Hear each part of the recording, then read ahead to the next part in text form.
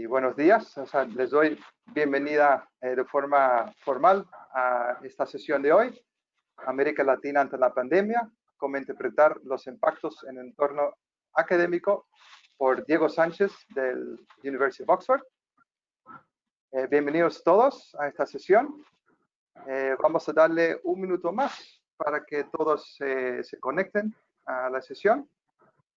Y así vamos a poder dar inicio.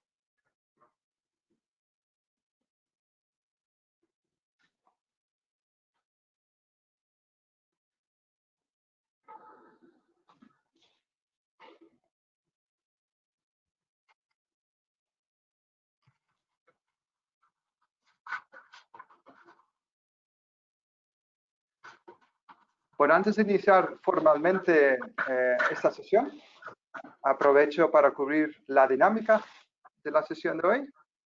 Ustedes van a poder ver un panel de control en la parte derecha de su pantalla. Y hay una flechita naranja que ustedes pueden clicar y se abren las ventanas. Entonces está la ventana del audio en la parte superior. Ustedes van a ver que todos ustedes están silenciados, sus micrófonos están apagados para no escuchar ruido de fondo. Y luego también está la ventana de los questions, donde ustedes pueden colocarnos sus preguntas. Ustedes nos pueden enviar sus preguntas y comentarios a lo largo, de hecho, de esta sesión. Y también al final vamos a contestar estas preguntas.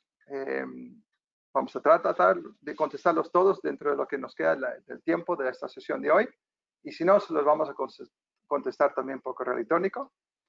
No se preocupe que la sesión está grabada y también le vamos a hacer llegar el enlace a la grabación después por correo electrónico junto con el certificado de participación, ¿no?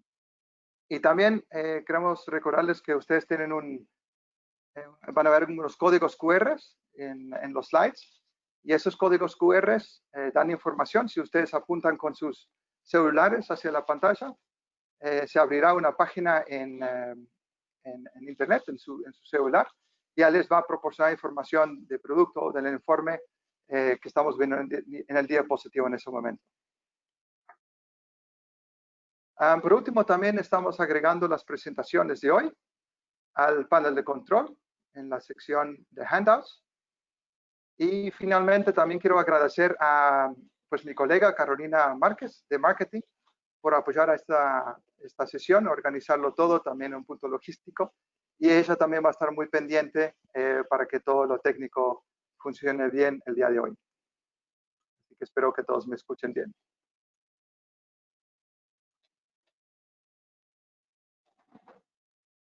Ahora sí, yo creo que vamos a poder dar inicio formalmente a la sesión. Bienvenidos nuevamente de todos los que se acaban de conectar.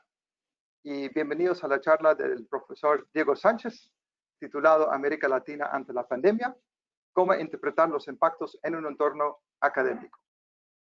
Esta sesión, de hecho, es auspiciado por Oxford Analytica, el creador de Expert Briefings, y Emerald Publishing. Y nosotros, ambas empresas, somos de Inglaterra.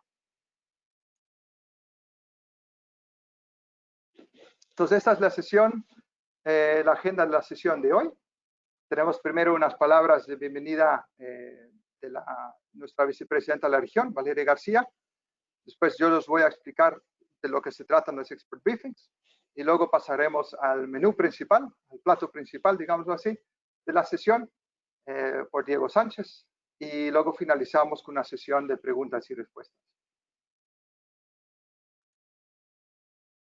Entonces, primera pregunta es, ¿qué son los Expert Briefings? Bueno, para contestar esta pregunta, tenemos que ver el mundo en que nosotros estamos viviendo. Y de hecho, estamos viviendo en un mundo VUCA. No sé si todos ustedes saben lo que significa VUCA, pero la noción de VUCA fue de hecho creada por la Escuela de Guerra del Ejército de Estados Unidos para describir la volatilidad, incertidumbre, complejidad y ambigüedad del mundo surgido tras el fin de la Guerra Fría. El término, de hecho, se utilizó de manera generalizada en los años 90 y posteriormente se ha empezado a utilizar mucho en el campo de estrategia empresarial, ¿no? Aplicándose a todo tipo de empresas y organizaciones. Entonces, lo que estamos viendo hoy en este mundo tan volátil es que hay muchos eventos que se suceden uno tras otro a gran velocidad. El mundo está más globalizado y interconectado que nunca. Y al igual que hay cualquier cantidad de eventos, también hay muchas fuentes de información, muchos sitios de noticias. Pero hoy en día es muy complicado poder distinguir los sitios de confianza versus estos sitios que pues proveen información no tan confiable, ¿no? Entonces es muy importante poder distinguir entre lo que algunos llaman fake news y información veraz, ¿no? Entonces, una cosa es saber que el evento sucedió, ¿no? Una vez que sabemos que sucedió.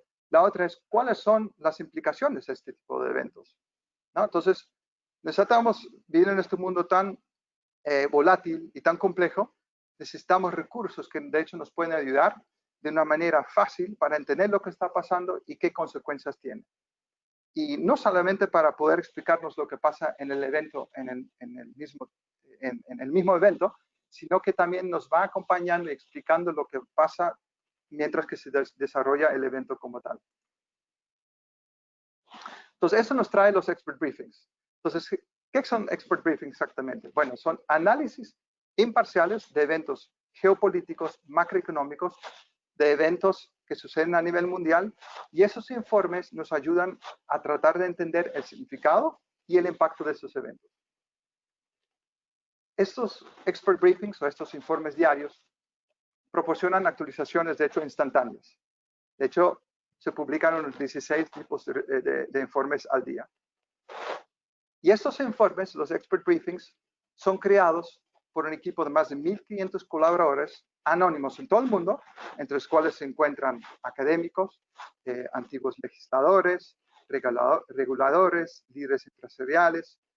Y antes de publicar esos informes, cada informe es rigurosamente y objetivamente revisado por el equipo de expertos o regional heads de Oxford Analytica en la sede central en Inglaterra.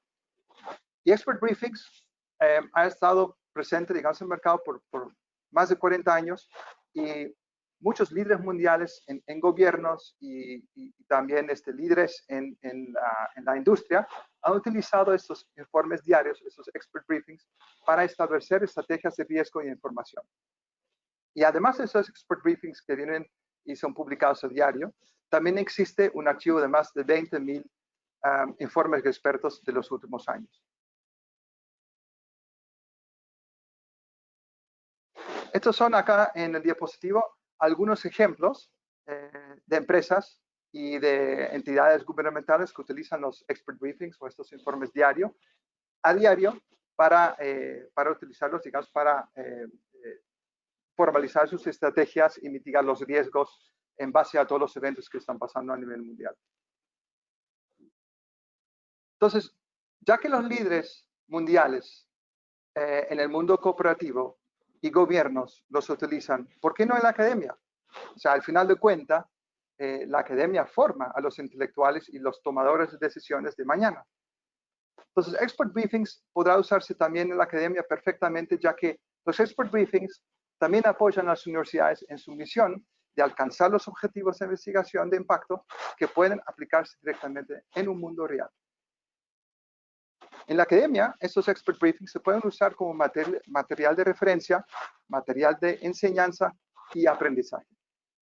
Nosotros en Emerald Publishing, para nosotros fue un orgullo haber firmado el acuerdo con Oxford Analytica y para poder ofrecerles a ustedes la academia a expert briefings. Nosotros, de hecho, en Emerald Publishing llevamos más de 50 años trabajando de la mano con las universidades, ayudándoles a publicar sus investigaciones de impacto. Somos líderes, sobre todo en áreas de management, todo lo que tiene que ver con gestión, business, economía, estrategia. Entonces, para nosotros poder incorporar estos informes diarios, estos expert briefings, dentro de nuestro portafolio fue algo muy natural, ya que seguimos con la misión de apoyar a las universidades en su misión de publicar investigación para un mundo real. Entonces, estos informes de expert briefing se recopilan de muchas diferentes fuentes verificadas y sólidas. Entonces, para la academia no es necesario tener que rastrear el Internet, las noticias y otro sitio web para buscar información relevante. y además toda esa información en Internet puede inclusive tener un sesgo político, regional, o tener, quién sabe, una agenda oculta. Entonces, los expert briefings cubren los eventos mundiales a medida que ocurren y permiten a los investigadores identificar los problemas más urgentes de la actualidad, y sobre todo en las áreas de negocios, política, relaciones internacionales y economía, por supuesto.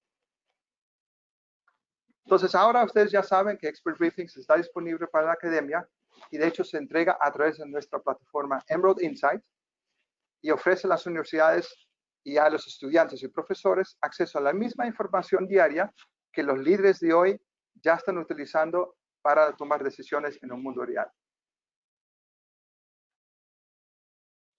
Entonces, ¿cuáles son los beneficios para los estudiantes? Bueno, primero que nada, Expert Briefings abre la mente a los estudiantes, porque tienen un tiempo real, tienen un contenido con el que realmente ellos se pueden identificar, porque son asuntos, son eventos globales que están viendo en las noticias. Y también nos puede ayudarlos a ver cómo los eventos globales están dando forma a su propio futuro. Y también pueden ayudarlo a involucrar e inspirar a los estudiantes con información oportuna sobre los eventos de la actualidad que se desarrollan en su alrededor. También ofrece a los líderes intelectuales e influyentes de mañana, los cuales son los estudiantes, un marco de referencia histórico para las decisiones clave que tomarán al explorar el contexto de decisiones pasadas que han impactado eventos políticos, sociales y económicos. Y finalmente, lo que obviamente es muy atractivo para los estudiantes, es que los expert briefings, los informes, están redactados en un formato muy sencillo, con un lenguaje muy sencillo y son muy consistentes. Y obviamente, pues, son realmente fuentes que ellos pueden confiar.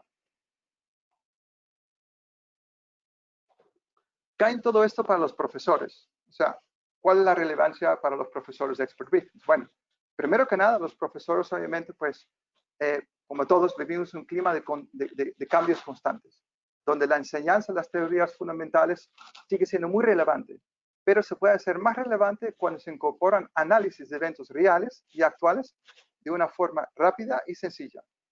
Y de esa manera poder involucrar a los estudiantes en los debates, en las clases.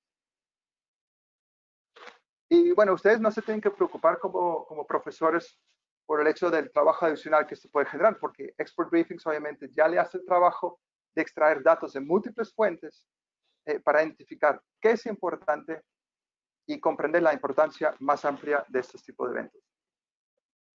Entonces, los Daily Briefings proporcionan una fuente única de contenido actual que se puede utilizar fácilmente como lectura previa para discusiones y debates de seminarios o para formar la base de conferencia, o simplemente para incluir estos informes o estos expert briefings en su course pack, en su paquete de materiales de estudio.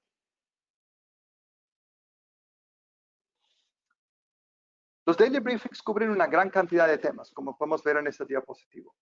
Está, por ejemplo, el cambio climático, más actual que nunca, que afecta obviamente pues, la sociedad de todos los niveles, económico, social, político.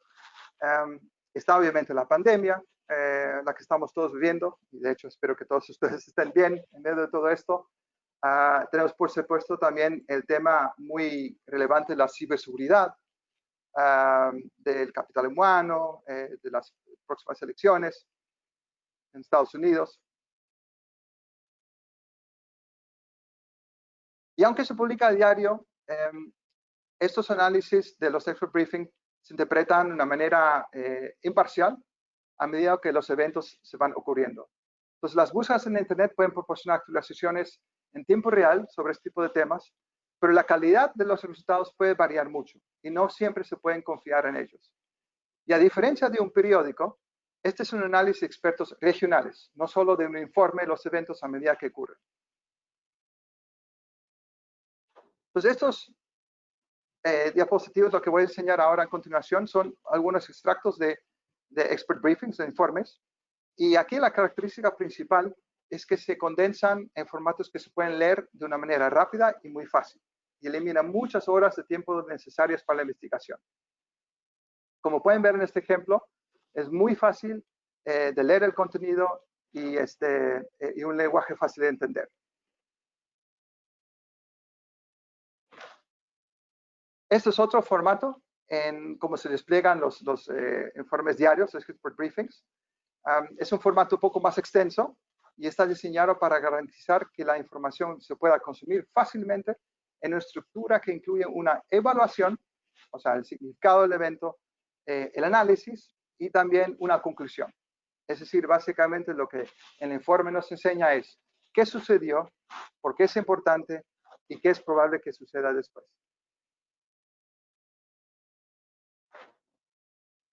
Los análisis gráficos es otra forma en cómo se despliegan estos informes. Y es una característica muy valiosa, porque es muy visual y apela mucho a los estudiantes, ¿no? Y bueno, a cualquiera, obviamente, que estamos viendo este tipo de informes. Entonces, por ejemplo, sobre COVID-19 existe cualquier cantidad de información en las redes y tal, pero verlo de una manera gráfica apela mucho y se hace inclusive entender un poco más fácil, ¿no? Entonces, en este caso, no solamente muestra la gráfica, pero luego también habla del impacto, las conclusiones, inclusive también hay unas fuentes con informaciones adicionales. Bueno, ahora que ustedes saben lo importante que son los expert briefings y que ya está disponible para la academia, ahora sí quiero dar inicio a la intervención principal de hoy, del profesor Diego Sánchez del University of Oxford, y él también es miembro de la red de expertos de Expert Briefings con gran conocimiento de los eventos que cambian y dan forma a nuestro mundo. Entonces, antes de pasar el control al señor Diego, yo voy a también presentarle formalmente y además también voy a presentarles a otro colega que también está conectado, nuestra gerente de toda la región, nuestra VP de América Latina World Publishing, Valeria García, de también compartir con ustedes algunas palabras de bienvenida antes de dar nosotros formalmente la palabra al señor Diego Sánchez. Adelante, Valeria.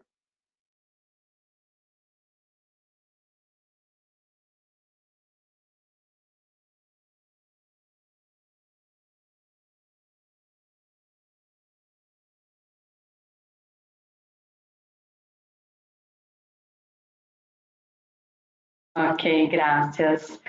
Gracias, Guido, por las palabras.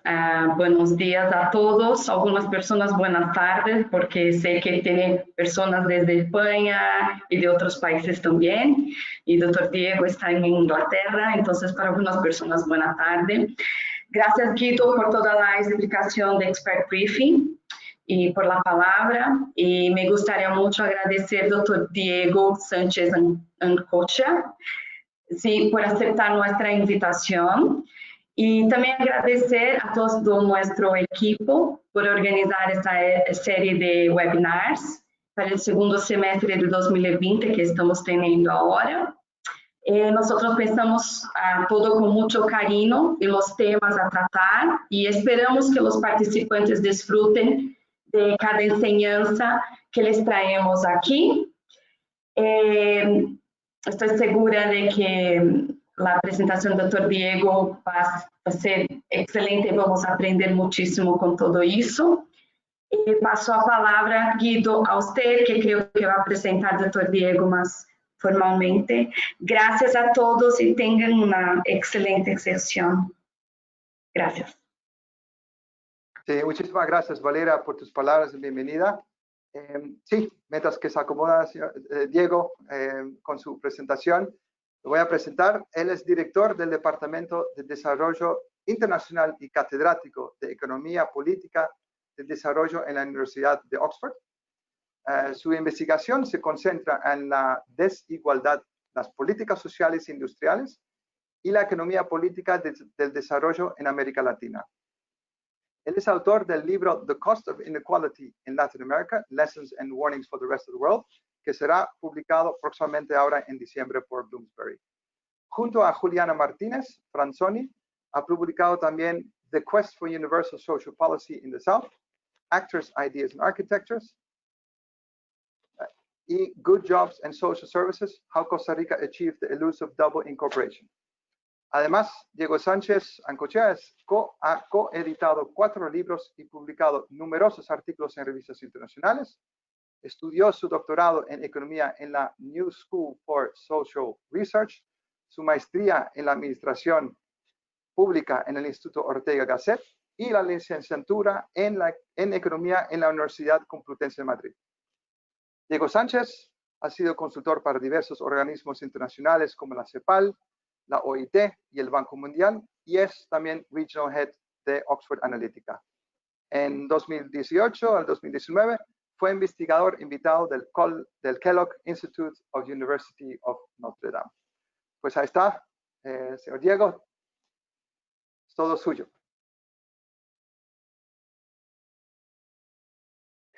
Muchísimas gracias.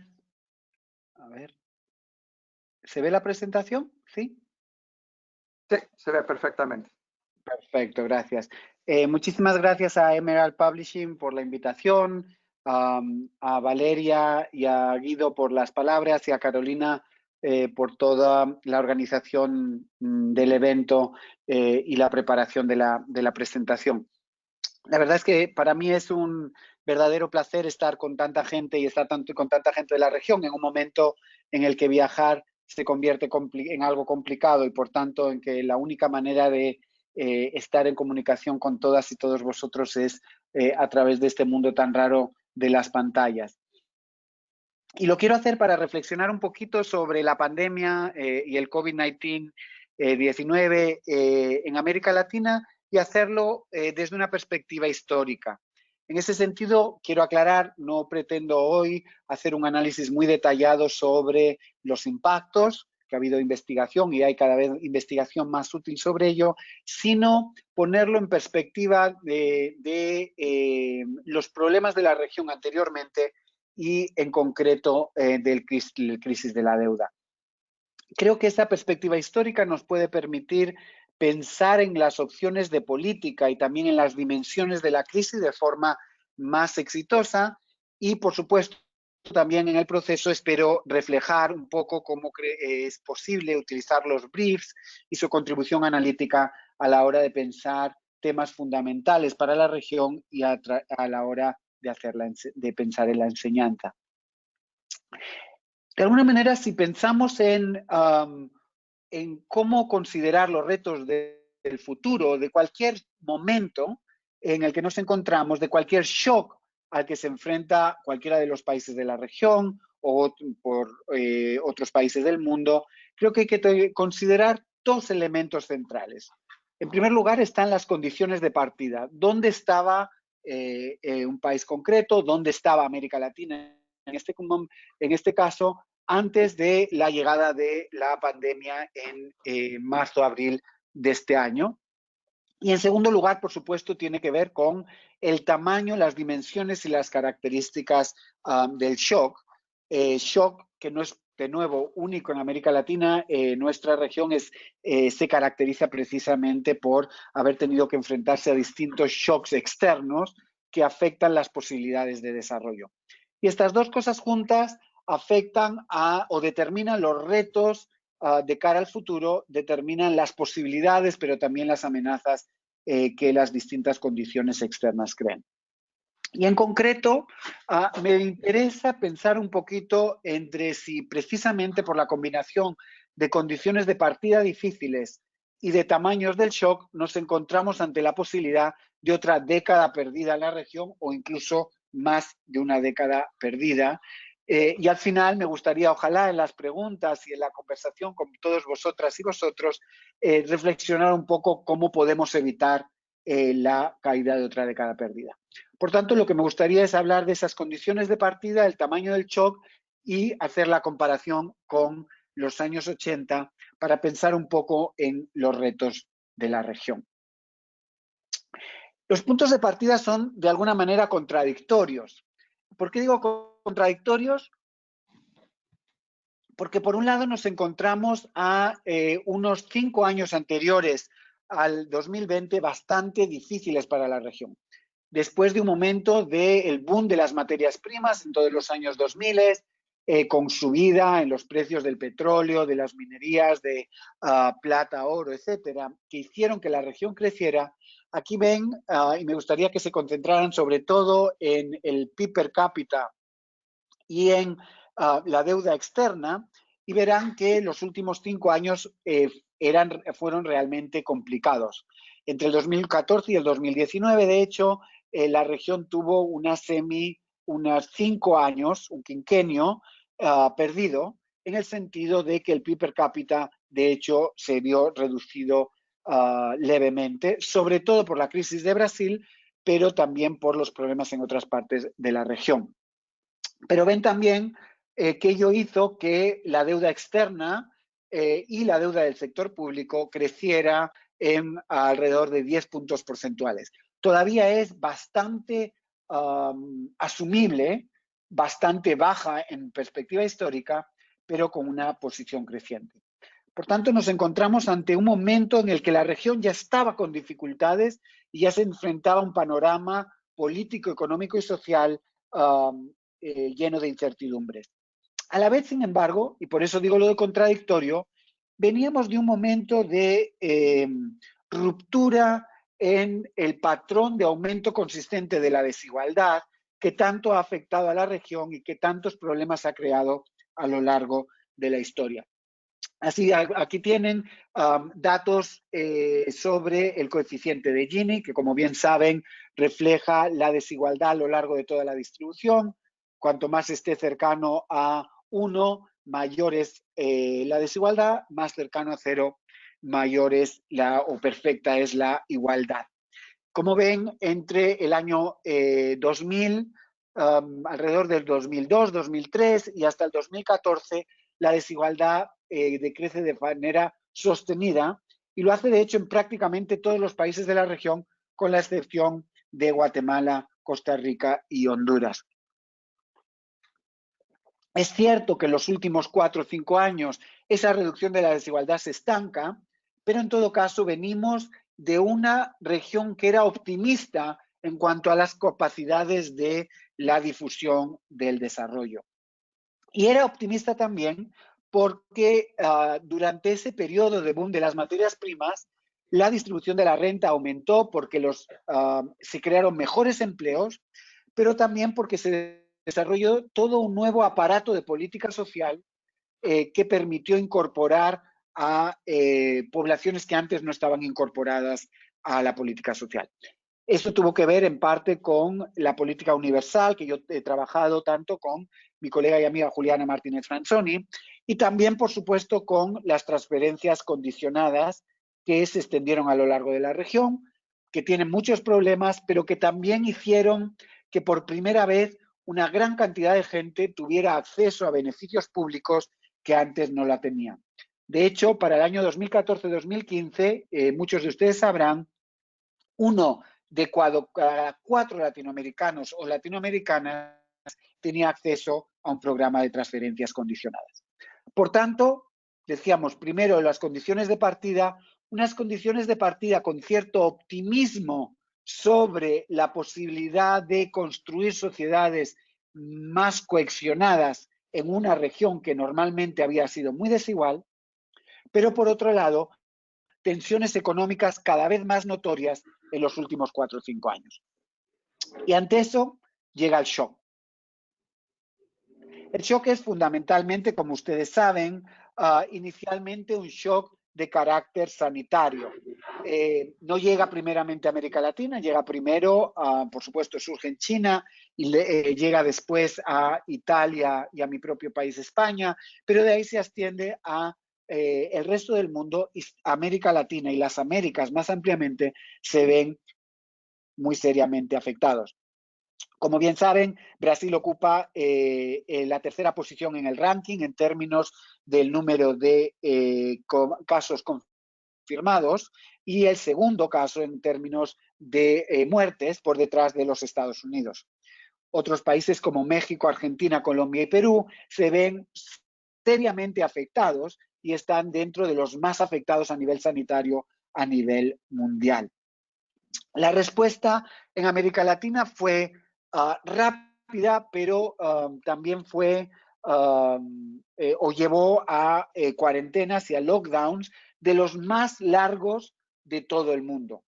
Como bien saben, países como Argentina, Perú, Bolivia, Ecuador o Colombia, de hecho muchos de ustedes y muchas de ustedes vivirán allí, llevan más de 5 meses de lockdown, o bien parcial o bien total, que es un periodo mayor que en ningún otro del mundo. El lockdown, sin embargo, precisamente por en parte la desigualdad y por un mercado de trabajo que tiene todavía altos niveles de informalidad, no llevó a parar la crisis, y a la vez contribuyó a acelerar los problemas de carácter económico. Y así, de nuevo, como todos ustedes saben, nos encontramos ante una crisis económica que de alguna manera es dos crisis distintas, y esto me gustaría enfatizarlo. Por primer lugar, es una crisis de oferta y demanda interna. De hecho, son de alguna manera tres crisis. Una crisis de oferta en la medida en que el lockdown hace que la capacidad productiva de la región se vea paralizada de forma significativa. Una crisis de demanda porque una gran cantidad de población que se encuentra ante una enorme incertidumbre económica deja de consumir al mismo nivel que antes. Y en tercer lugar, una crisis externa porque tanto los Estados Unidos como Europa, como China, sufren una reducción de la producción de forma significativa. Y los problemas económicos se reflejan de forma significativa. De hecho, de alguna manera, América Latina, cuando consideramos tanto el impacto del 2020 como el impacto esperado del 2021, es probablemente la región más afectada económicamente del mundo. Aquí tienen el crecimiento del PIB real esperado por región y por algunos de los países más significativos, según datos elaborados por el Fondo Monetario y que nosotros hemos utilizado para Oxford Analytica en una serie de tablas como la que tienen allí reflejada.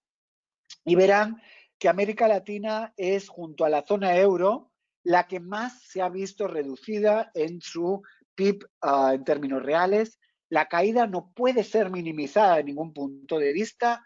De hecho, nos encontramos ante una caída de carácter histórico no vista nunca en las últimas 5 o 6 décadas en la región. Pero verán también que la recuperación económica esperada para el año que viene es bastante inferior, por ejemplo, que en la zona euro. Y por consiguiente nos encontraremos que para el 2022 la región estará en niveles de renta per cápita significativamente inferiores al 2014. Por tanto, ya 7 u 8 años de acumulación de los problemas económicos. No necesito a nadie decir que esta crisis económica implica también una crisis social, en la medida que pone en cuestión la posibilidad de supervivencia de buena parte de nuestros y nuestras conciudadanos, y también va a poner en tensión las instituciones políticas en buena parte de la región, como ya es evidente. Entonces, cuando aquellos y aquellas latinoamericanas o aquellos que hemos estudiado América Latina con una cierta edad, pensamos en todo esto, inmediatamente nos surge, al menos me surgió a mí, la dimensión que la crisis de la deuda externa y la década perdida de los años 80 tuvo para la región. De alguna manera, todos aquellos que o vivimos los años 80 o, en mi caso, estudiamos la crisis de la deuda en la universidad, sabemos la dimensión que tuvo en cuanto al cuestionamiento de las posibilidades de desarrollo y las tensiones políticas que ellas creó. Por eso me parece importante entender y pensar en el momento actual, en esa perspectiva histórica. Por supuesto, algunos de ustedes me dirán que también podríamos compararlo con la crisis del año 29 y con crisis anteriores, pero creo que la de los 80 es también interesante en la medida en que nos hace pensar en instituciones de carácter casi contemporáneo y en realidades que nosotros vivimos, y nos permite pensar también en cuánto ha cambiado el mundo en solo 4 décadas. Entonces, déjenme decirles brevemente, pero de nuevo para la discusión y ojalá algunas y algunos de ustedes puedan hacer comentarios y preguntas sobre ellos, pensar en las diferencias con los años 80, pero también a las enormes similitudes, para acabar no contestando, sino lanzándoles a todos ustedes la pregunta de cómo podemos conseguir que no volvamos a repetir el problema de los 80. ¿Hasta qué punto estamos ante un mundo distinto? Bueno, estamos ante un mundo distinto, en primer lugar, porque la región tiene hoy mayor acceso a los mercados de capitales que lo tenía en los 80. Parte del problema es que en el año 81, 82 se produce el shock de la deuda externa por la decisión de Paul Volcker y de la Reserva Federal de subir los tipos de interés en Estados Unidos, y eso hace que inmediatamente América Latina sufra un corte en cuanto a la capacidad de acceder al endeudamiento externo y a la llegada de capitales. Esto no ha pasado en este momento, pese al temor que teníamos muchos de que nos encontráramos ante un momento de ruptura en cuanto a la posibilidad de endeudarse. La región todavía mantiene una situación relativamente positiva y creo que es lo que le ha permitido sufrir un poquito menos de lo que cabría esperar. En segundo lugar, aunque lo hago con interrogante, nos encontramos a lo mejor ante una mayor flexibilidad del Fondo Monetario Internacional en cuanto a la forma de apoyar a los países. Esa flexibilidad se ha hecho patente hasta ahora, y quiero subrayarlo de hasta ahora, en dos formas. En primer lugar, las primeras apoyos que tuvo el Fondo Monetario Internacional a los países de la región y a otros países del sur global fueron sin ningún tipo de obligaciones o condicionalidades vinculadas a ello. En segundo lugar, el Fondo Monetario ha sido muy claro en cuanto a que en principio tiene previsto prestar sin fomentar la austeridad. Algunos de ustedes a lo mejor vieron una entrevista a la presidenta del Fondo Monetario este sábado en el Financial Times, en la que precisamente ella reflejaba la necesidad de tener una política de estabilización muy distinta y menos austera que anteriormente. Aunque me gustaría hablar en un segundo de cuánto real es esto para el futuro. En tercer lugar, la región, a pesar de los problemas que veíamos anteriormente, llegó a esta crisis con un poquito más de espacio fiscal, al menos en algunos países como Brasil, al menos en algunos países como México, aunque ha decidido no utilizar ese espacio fiscal, y como otros que en otros momentos. Y además, creo que esto es muy importante, con una arquitectura de política social mucho más capaz de expandir los beneficios cuando era necesario. Sabemos que los programas de transferencias condicionadas, de nuevo, con todos los problemas que ellos tienen, crearon una estructura que permitió en el momento de la crisis saber dónde estaba la población con más dificultades y expandir los beneficios a ella. Esto es muy claro en el caso de Bolsa Familia, es muy claro en el caso de otros beneficios económicos que se dan en Brasil, también en otros países como es el caso de Costa Rica, Uruguay o Argentina. Sin embargo, también es cierto, no lo es en todos los países. Y aquí el caso de México, que ojalá, sobre todo si tenemos oyentes mexicanos, podamos discutir más tarde.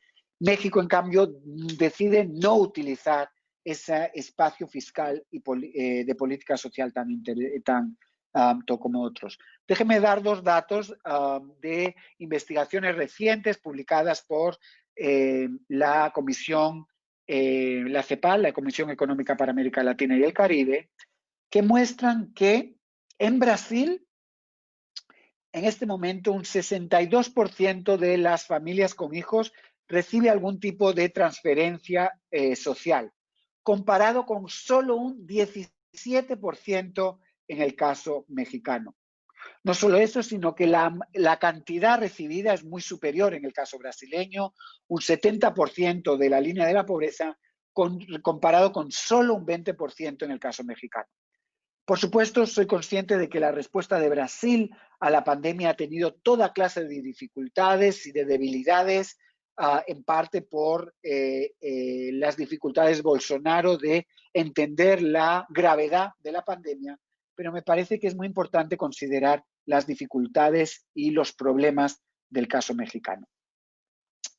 Tercera gran diferencia, por supuesto, no tanto en positivo como eran las diferencias anteriores, sino en negativo. En este momento nos enfrentamos a una doble crisis mucho más difícil de superar que la de la deuda en cuanto a esa doble crisis, porque es una crisis sanitaria y una crisis económica a la vez. A pesar de todas esas diferencias que pueden llevar a que algunas de ustedes a decir, pero bueno, ¿por qué entonces lo comparas con los 80? Creo que hay también similitudes muy significativas. La primera es que a pesar de haber más espacio fiscal y más flexibilidad, me parece que hay un enorme riesgo en la región de volver muy rápidamente en los próximos meses, en el año 2021, a centrarnos en la austeridad como el reto o como el objetivo fundamental de política. Algunos países, ya están en ello. Es el caso costarricense, que está en este momento con una enorme dificultad y con una enorme atención para hacer el centro del debate, para pensar en la política fiscal. Y en ese sentido, yo siempre digo que es enormemente importante que entendamos y que estemos dispuestos a hablar del momento actual como una crisis social con impactos fiscales y que evitemos lo que muchos de las instituciones internacionales, pero también los gobiernos van a querer hacer, que van a pensar que esta es una crisis fiscal con consecuencias sociales. El segundo gran problema, y algo que a mí me preocupa muchísimo dada mi investigación sobre desigualdad y dado que creo que es uno de los grandes problemas de la región, es el impacto negativo que la crisis está teniendo ya y va a tener sobre la distribución de la renta. Y creo que va a ser un impacto negativo en dos sentidos. Por un lado, porque va a seguir separando al 1% más rico de la población, que tiene la posibilidad de beneficiarse de acceso a los mercados internacionales, que tiene la posibilidad de tener apoyos del gobierno, etcétera, y el resto de la población. Pero un segundo tipo de desigualdad es la desigualdad en el mercado laboral entre aquellos que se centran sobre todo o que trabajan sobre todo en el sector informal y aquellos de nosotros, todos ustedes en alguna medida que están oyéndome en internet, que podemos volver a o redefinir el trabajo en torno al uso del internet. Dos problemas fundamentales que tuvieron lugar durante los 80 y que creo que son graves ahora, tienen que ver con, en primer lugar, la vinculación entre el shock de corto plazo y las consecuencias de medio y largo plazo. Fíjense ustedes, parte de lo que pasó durante los años 80 es que los gobiernos redujeron de forma significativa los gastos en materia, por ejemplo, de educación, y eso hizo que la deserción escolar, sobre todo en secundaria, aumentara de forma significativa y que por tanto hubiera toda una generación que luego entró en los años 90 en condiciones muy desfavorables en el mercado laboral. Creo que esto ya está sucediendo en estos momentos. Hablábamos con Guido antes de cómo hay toda una generación de estudiantes que está perdiendo casi un año por las dificultades para ir a la escuela, y mucha de esa población, me temo, va a acabar abandonando la secundaria y con ello va a acabar teniendo una posición en el mercado laboral muy negativa. Un segundo gran impacto del shock de corto plazo tiene que ver con la crisis o la bancarrota de muchas pequeñas empresas, tanto formales e informales, que una vez empiece a recuperarse la economía les va a costar mucho más poder volver a abrir, porque han perdido muchos de los activos productivos que habían construido con dificultades en los momentos anteriores. Finalmente, creo que hay que tener en cuenta el vínculo entre el impacto económico y el impacto político. Como bien saben ustedes, de alguna manera, los 30 últimos años de evolución política en América Latina, son consecuencias de dos factores importantes, en mi opinión, son la interrelación entre la crisis económica de los 80 y la democratización de ese mismo periodo. Todo esto me apetecía contárselo en parte porque me gustaría tener una conversación a través del chat sobre cómo ven ustedes la región y cuánto creen que ayuda a esta perspectiva histórica. En segundo lugar, también porque creo que es el tipo de análisis que se refleja muy bien en el enfoque que Oxford Analytica trata de hacer sobre sus briefs y ojalá un tipo de enfoque que muchas y muchos de ustedes consideren útiles a lo largo de pensar en su propia labor de investigación, pero sobre todo en su labor en el aula, que para mí siempre es apasionante y es más apasionante en este momento. ¿Cómo creo y cómo ojalá les he ilustrado la utilidad de esos briefs? Bueno, creo que los briefs son útiles, aunque Guido ya lo explicaba anteriormente, en 5 formas que ojalá hayan visto a través de lo que yo les discutí anteriormente. Creo que los briefs son, en primer lugar, un tipo de estudio de caso. Por ejemplo, en meses recientes hemos hablado y hemos escrito en Oxford Analytica sobre los problemas económicos y de estabilización en el caso costarricense. Claramente un ejemplo del debate sobre la austeridad en la región.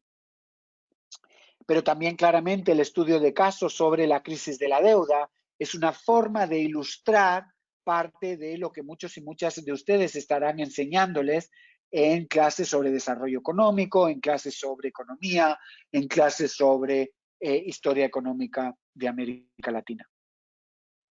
Creo que los briefings son sumamente útiles para promover comparaciones, para pensar en realidades distintas y para tener en 1000 palabras cómo es el impacto, por ejemplo, del COVID en México versus Brasil o en España versus Uruguay. Tercer lugar, los briefings como ilustración, como ejemplo de discusiones teóricas que muchos de ustedes están desarrollando con sus alumnos. Por ejemplo, ojalá vean que pensar en la crisis de la deuda nos permite entender o relacionarlo con la austeridad y vincularlo con el presente.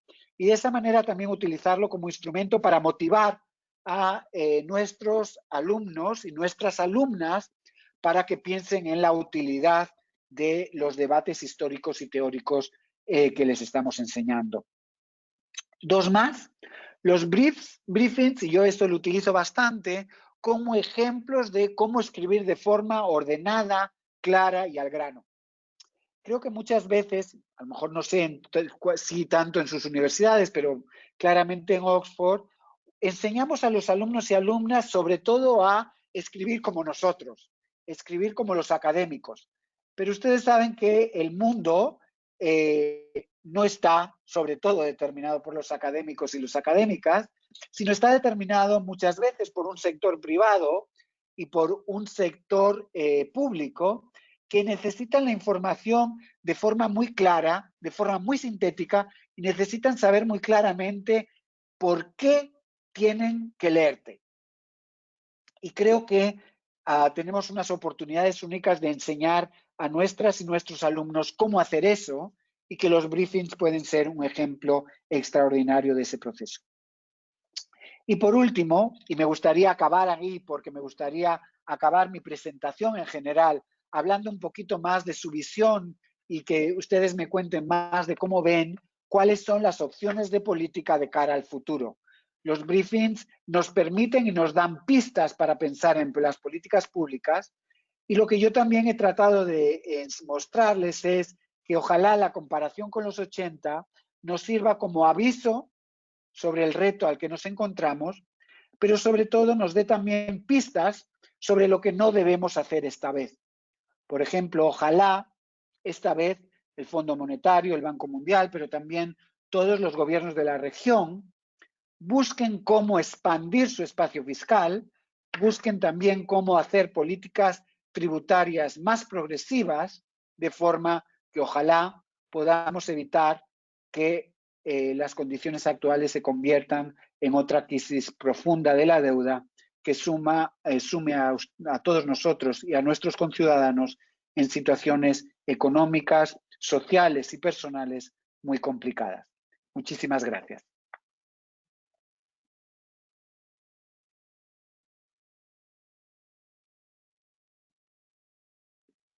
Muchísimas gracias, Diego, por la intervención muy interesante.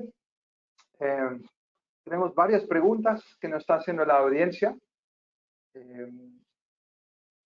Bueno, la primera pregunta, Diego, es... Guido, perdona, me pregunto si puedes recuperar tú la pantalla, porque así... Ah, no, ya te veo.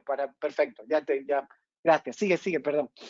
Ok, no, tranquilo. Entonces, una de las primeras preguntas que nos están haciendo la audiencia es, ¿cuál es la mayor dificultad de los estudiantes en interpretar eventos globales, en su experiencia?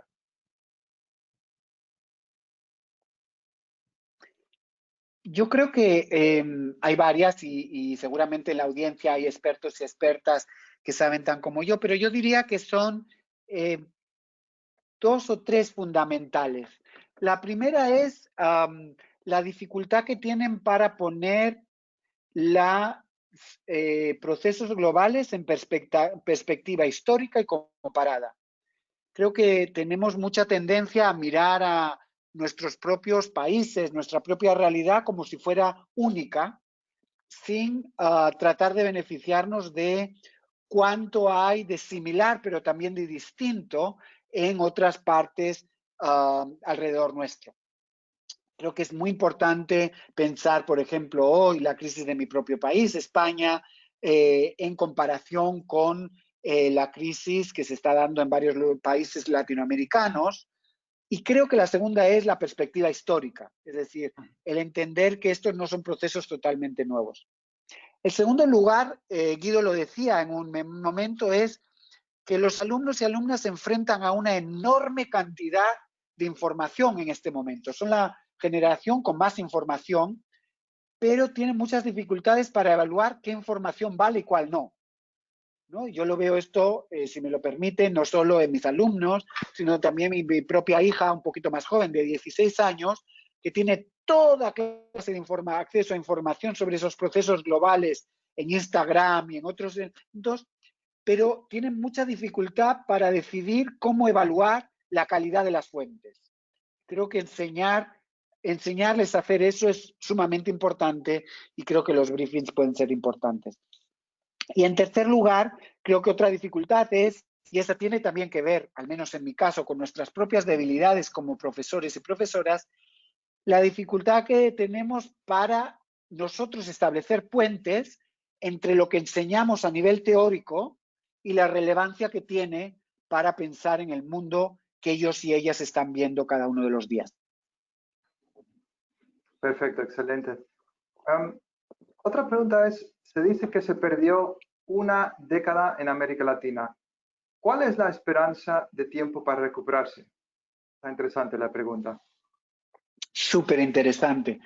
Yo creo que de alguna manera a América Latina le costó otros 15 años recuperarse la década perdida. Si todos piensan en los años 90 fueron años de crecimiento en la primera parte, pero luego volvimos al año 97-98 con enormes dificultades que se fueron acumulando a lo largo del tiempo. Yo creo que tenemos que pensar en ese proceso acumulativo y que no fue hasta que los precios de las materias primas se recuperan, que la región empieza a ver el mundo con un poquito más de optimismo y de confianza.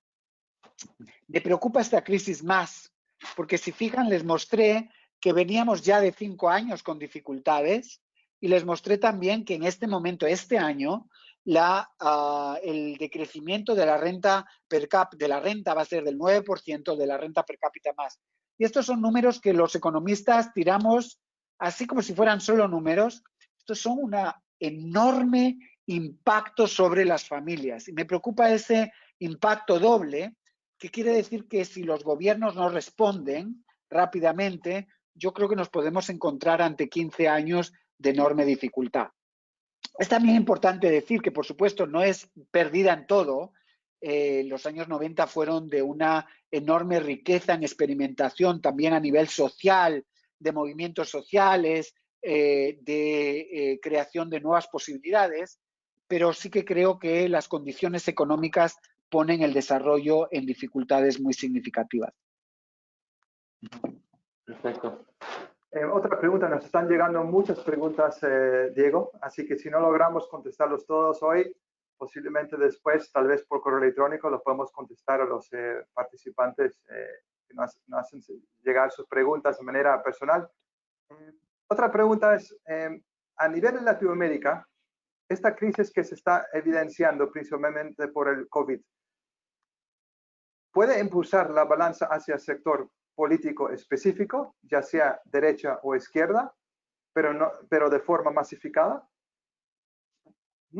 Dos cosas, dos reacciones ante ello. En primer lugar, y yo he sido culpable de ello, hablamos de una región que por supuesto es enormemente diversa en cuanto a sus trayectorias políticas, el papel de izquierda y derecha. No es lo mismo hablar de Uruguay, donde la izquierda está consolidada con partidos programáticos, que hacerlo en Guatemala, con una izquierda casi ausente. Entonces, esto es importante. Lo segundo es que el mundo está lleno de oportunidades y amenazas más que de procesos históricos determinativos, ¿no? En este sentido, yo creo que esta crisis abre oportunidades tanto a la izquierda como a la derecha, por así decirlo. La gran oportunidad para la izquierda es que creo que esta crisis ha mostrado que al final hay muchos problemas que vivimos todos. Por supuesto, cada uno, algunos grupos poblacionales lo viven mucho y lo sufren mucho más que otros, pero que estamos todos necesitados de pensar en sociedad. También que necesitamos todos un sector público que sea capaz de responder de alguna manera a esos grandes retos. Entonces creo que ahí la izquierda tiene una posibilidad muy fuerte, muy grande de hacer un nuevo framing sobre lo que es ser sociedad, sobre el bien común y sobre lo que es el Estado. Pero tristemente me parece que también este es un momento que se abren oportunidades para dos elementos peligrosos. Uno es la austeridad, como veíamos. Uno es la idea de que, no hay dinero suficiente, tenemos que hacer recortes. Y el otro, por supuesto, es el del populismo y el nacionalismo, en el sentido de que es verdad que el populismo no ha salido bien parado de esta crisis en cuanto a su respuesta, pero si se fijan ustedes, si estamos hablando de problemas económicos que se extiendan a los próximos 5 años, la gente va a buscar culpables. Y tristemente hay movimientos populistas, sobre todo de extrema derecha, que son enormemente exitosos en encontrar esos culpables y en crear polarización social, que me parece es un problema del que preocuparse. Genial, perfecto. Y sigue las preguntas, que son muy interesantes, así que, Diego, si nos permite, seguimos un poquito más. Claro, claro. Nos escribe de México, dice, hola, soy de México. Sobre este caso, estoy de acuerdo con el aumento del gasto, pero después veo que economías como Francia y Estados Unidos aumentaron muchísimo el gasto y también cayeron en su producción de manera importante. ¿Cuál sería su trade-off justo? En su opinión sobre incremento en gasto y lo que cayeron en las economías con todo y el incremento en gasto. Fíjense, por supuesto que la economía iba a caer ante una crisis tan profunda que junta a la demanda y a la oferta. Es imposible que ante el momento actual no cayera. Pero no sé si se acuerdan del gráfico que les mostré sobre las expectativas del 2020 y 2021. Estados Unidos, a pesar de todas las dificultades y de lo mal que lo ha hecho en cuanto a su respuesta, tuvo una caída del PIB per cápita bastante inferior al de Europa, porque el aumento en el gasto público fue muy superior al europeo. Y porque respondió también en términos de política monetaria de forma todavía más agresiva. Entonces yo creo que en un momento como el actual, donde los tipos de interés en el mundo en general y también en América Latina son tan bajos, por tanto las posibilidades de hacer política monetaria expansiva son tan pocas, es sumamente importante utilizar todo el espacio fiscal posible para disminuir o para debilitar el tamaño de la recesión. Ahora, algunas y algunos de ustedes me dirán, sí, pero es que no hay espacio fiscal. Yo creo que es importante ahí darse cuenta de tres cosas. Una, que el espacio fiscal a veces es mayor de lo que los gobiernos dicen. De nuevo, creo que México es el ejemplo más significativo de ello. Segundo, que el compromiso de las instituciones internacionales por expandir ese espacio fiscal a través del apoyo en términos de deuda es sumamente importante. Y tercero, que los gobiernos podrían anunciar ya que sería importante en el futuro desarrollar políticas tributarias más progresivas que puedan aumentar los impuestos en el futuro para hacer frente a, obviamente, los pagos de deuda que serán necesarios. Perfecto. Y otra pregunta, más relacionado con las universidades. Alguien pregunta, ¿qué acciones deberían adelantar las universidades y los académicos en general para contribuir a mejorar las condiciones de crisis económica de América Latina? ¿Cuál debería ser el papel de la academia en todo esto? Una pregunta fascinante y bien complicada. Yo creo que de nuevo, muchos y muchas de ustedes tendrán distintas visiones. A mí me parece que nuestra misión es triple. En primer lugar, tenemos una misión de enseñanza fundamental y ahí tenemos una responsabilidad grande de seguir presionando a nuestras universidades para que den acceso a la mayor cantidad de gente posible en un momento que el acceso a los sectores de ingreso medio y medio bajo corremos el riesgo que se cierre, es decir, que sean universidades dispuestas a crear oportunidades en la enseñanza. Segundo, creo que tenemos una enorme responsabilidad de crear y promocionar el pensamiento crítico, es decir, de ser el alma de la crítica y de poner los temas más importantes de largo plazo, como es la desigualdad, como es la igualdad de oportunidades, como es también el crecimiento equitativo, como es la preocupación por el medio ambiente, en el centro de los debates, cuando la clase política no siempre lo va a hacer.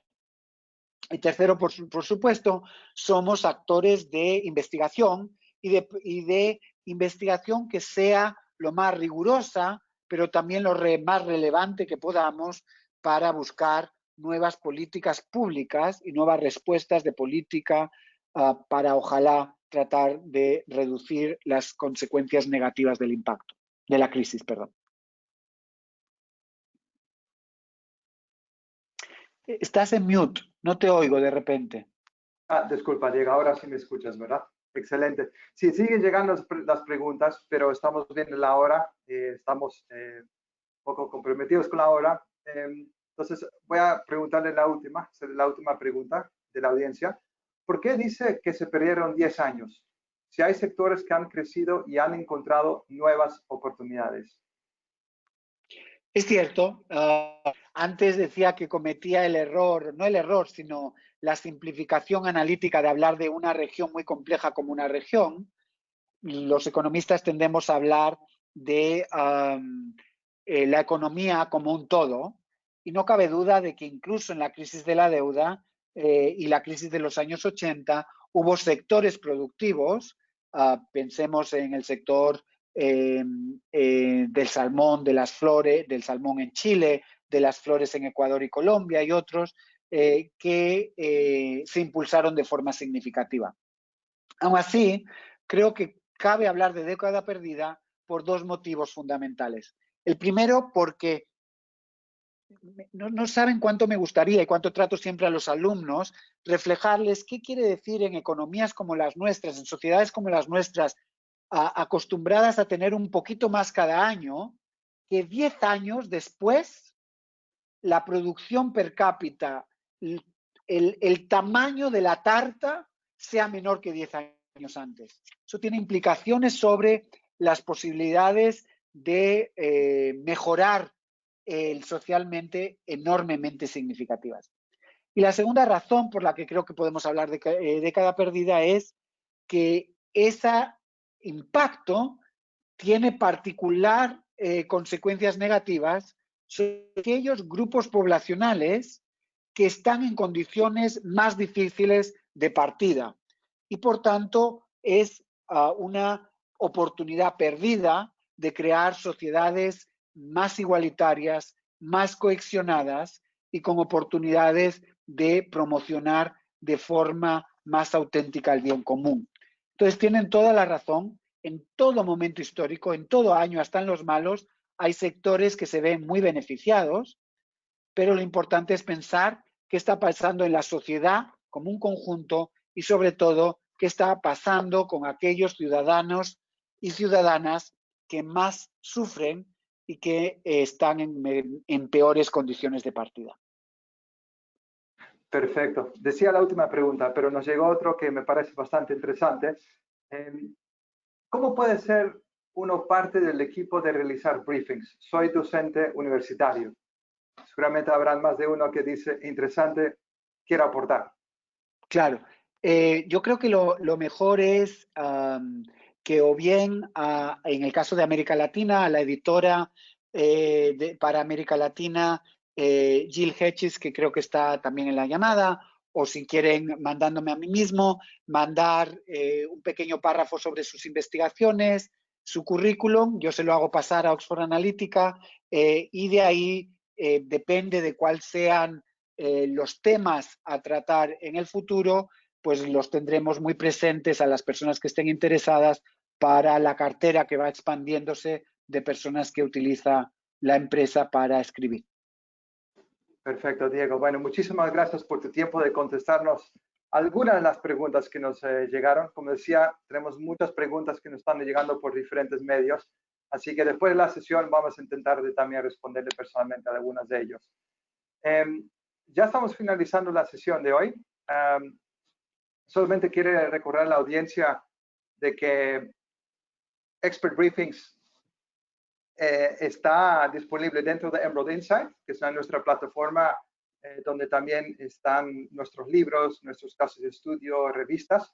Entonces, tal vez ustedes pertenecen a alguna institución que tiene Emerald Insight como plataforma de investigación. Lo pueden encontrar siempre en la página de biblioteca, por ejemplo. Y si no, siempre nos pueden escribir para obtener más información de cómo tener acceso para su biblioteca. También está el código QR. Si usted le saca una foto al código QR con su cámara, automáticamente se lanzará en su teléfono una página de internet con acceso a los expert briefings. Entonces, más para finalizar, los 4 puntos más destacados de expert briefings son básicamente confianza, ¿sí? Que son informes que son independientes y imparciales. Los informes tienen un propósito, es decir, están relacionados con eventos globales, macroeconómicos, geopolíticos que están pasando en el mundo y que tienen un impacto, digamos, sobre el entorno. Son auténticos en el sentido de que tenemos más de 1.500 colaboradores anónimos en todas partes del mundo, expertos en sus áreas, colaborando en estos informes. Y por último, pues ahora como Emerald estamos ofreciendo los expert briefings como parte de nuestro portafolio, está disponible junto con nuestros libros, revistas y casos de estudio. Aparte de esta sesión, nosotros también organizamos otras sesiones. Pues como editor ofrecemos talleres de cómo publicar en revistas, cómo publicar en casos de estudios. Así que aquí ustedes tienen en esta diapositiva nuestro canal en YouTube, donde ustedes pueden ver todas las grabaciones de las sesiones realizadas. Y de hecho, nosotros vamos a tener el próximo 4 de noviembre una sesión muy interesante, dictado por el doctor Rodrigo Florencio, del Instituto Politécnico Nacional de México, sobre plagio y revistas predatorias. Entonces, muy interesante para aquellos de ustedes que quieren publicar y se topan mucho con este tema. Antes de finalizar del todo, también tenemos preparado una pequeña encuesta, la que voy a lanzar ahora.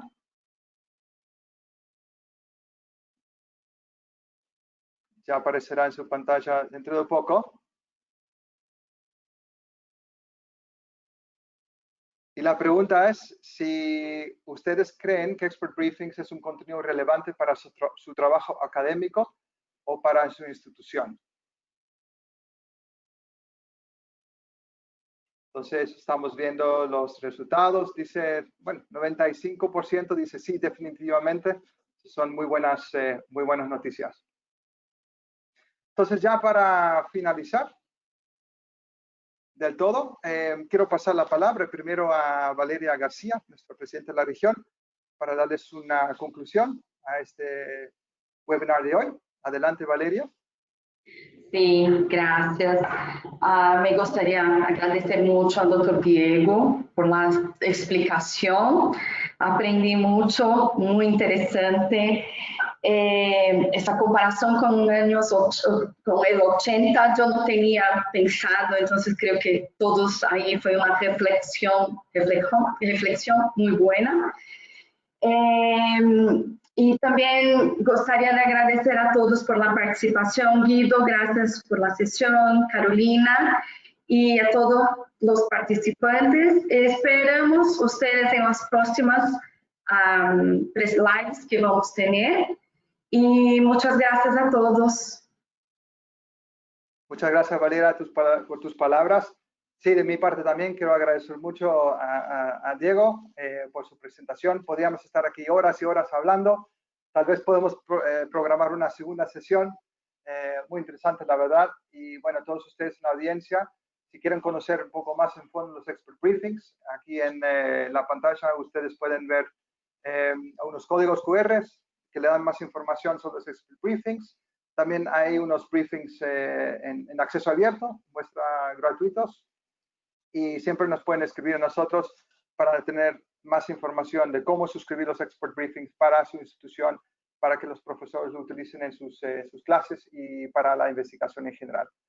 Así que, pues, muchísimas gracias nuevamente a todos por su tiempo el día de hoy. Gracias, Valeria. Gracias, Carolina, nuestra colega de marketing, por hacer todo esto posible. Y nada, esperamos verlos en una próxima oportunidad. Así que muchas gracias y tengan una feliz tarde y estén todos muy bien.